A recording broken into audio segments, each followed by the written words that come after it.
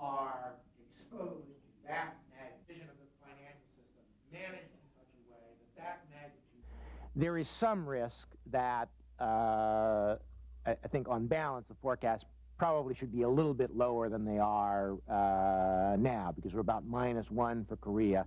It looks very weak in the first half of this year, and while I think the turnaround will come this summer or this fall, that is not yet clearly apparent.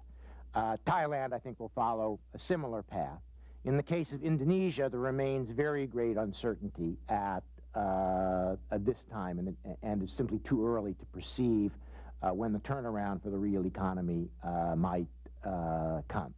So the economies that are sort of at the heart of the crisis, there are some. Apart from the Asian crisis, we would not be expecting that over the next 2 decades, these 4 economies would turn in the same type of growth performance that has characterized the last 3 decades. 5% growth as a reasonable expectation rather than 8 or 9 or 10% growth.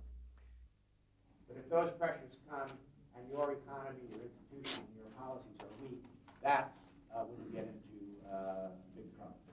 And our assessment is that while Japan is losing export competitiveness vis-a-vis the rest of Asia, it's enjoying very strong competitiveness vis-a-vis North America and Europe, which will continue to be fairly rapidly expanding economies. So we think that Japan can turn from negative growth in the first half of this year to slightly positive growth in the second half of this year, and then perhaps picking up some momentum in 1999. Hans Tietmeyer would be a bit worried, too, because somebody would be on the other side of that